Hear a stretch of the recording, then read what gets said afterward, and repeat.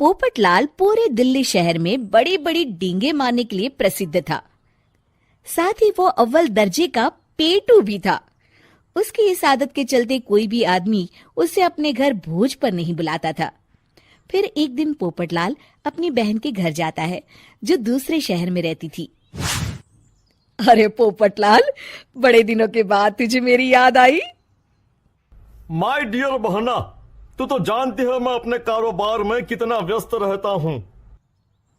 हाँ, तेरी बात भी सही है। अब आया है तो कुछ दिन ठहर के जाना।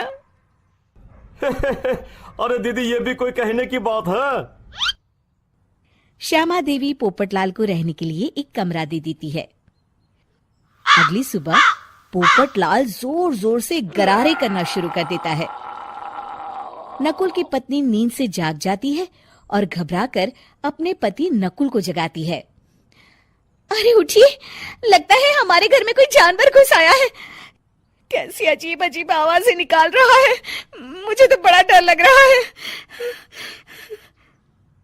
अरे कोई जानवर नहीं है भाग्यवान, पोपटलाल मामा जी हैं, अपना गला साफ कर रहे हैं।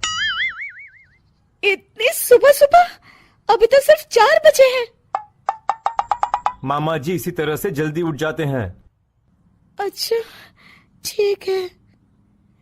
नकुल की पत्नी जैसे ही सोने लगती है और जल्दी नाश्ता भी करते हैं। क्या मतलब? मुझे अभी उठ के उनके लिए चाय नाश्ता बनाना पड़ेगा? हाँ। अरे मर गई रे, अब मेरा क्या होगा? फिर थोड़ी देर के बाद नकुल की पत्नी मामा जी के लिए चाय नाश्ता बनाने में जुट जाती है। अरे भाई वाह, बड़ी अच्छी खुशबू आ रही है। बहू, जो भी बना रही हो फटाफट ले आओ, जोरों की भूख लगी है। हाँ मामा जी, अभी लाती हूँ। देखते ही देखते पोपटलाल सारा नाश्ता चट कर जाता है। बहू, कल से पराठे में देसी घी ज्यादा डालना, आज कुछ मजा नहीं आया। हे भगवान, इसका नाम तो पेटू लाल होना चाहिए था। पूरे 10 लोगों का नाश्ता अकेले हजम करने के बाद भी इन्हें मजा नहीं आया। इस तरह रोज पोपटलाल सुबह सुबह घर के सभी लोगों को नींद से बेवक्त जगा देता था और हमेशा खाने की उल्टी सीधी फरमाइश करते रहता था। देखते ही देखते गुप्ता परिवार की दिनचर्या अस्त व्यस्त हो जाती है। अरे भाई, खाने का असली मजा तो इस घर में है। अरे माँ, ये पोपटलाल मामा यहाँ और कितने दिन रुकेंगे? ये अकेले इतना खाना खा जाते हैं कि आज राशन वाला मुझसे पूछ रहा था कि अरे भाई, क्या आप लोगों ने घर में हाथी पाल लिया है?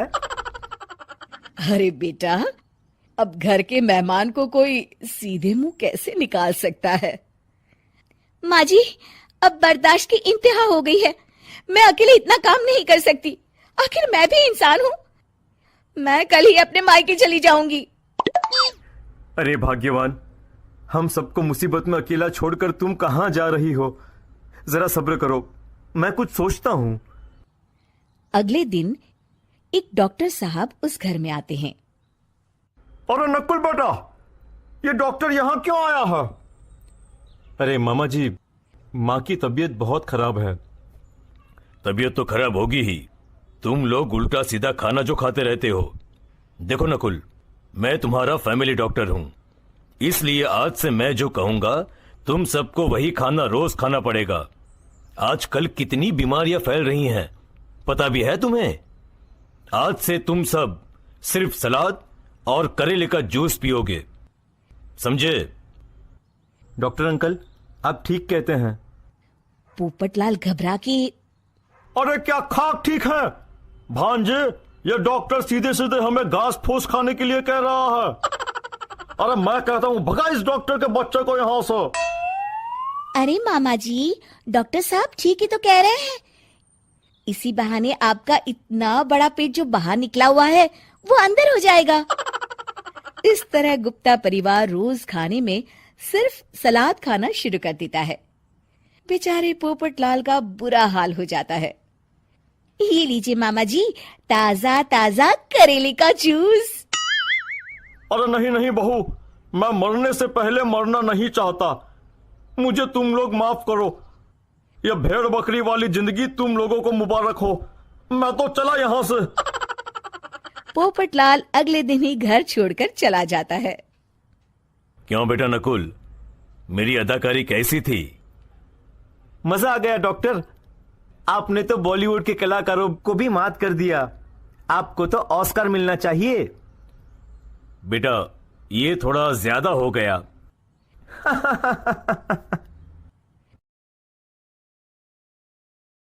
पोपटलाल पूरे दिल्ली शहर में बड़ी बड़ी डींगे मारने के लिए प्रसिद्ध था। साथ ही वो अव्वल दर्जे का पेटू भी था। उसकी इस आदत के चलते कोई भी आदमी उसे अपने घर भोज पर नहीं बुलाता था। फिर एक दिन पोपटलाल अपनी बहन के घर जाता है, जो दूसरे शहर में रहती थी। अरे पोपटलाल, बड़े दिनों के बाद तुझे मेरी याद आई? माय डियर बहना, तू तो जानती है मैं अपने कारोबार में कितना व्यस्त रहता हूँ।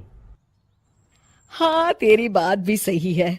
अब आया है तो कुछ दिन ठहर के जाना। अरे दीदी, ये भी कोई कहने की बात है?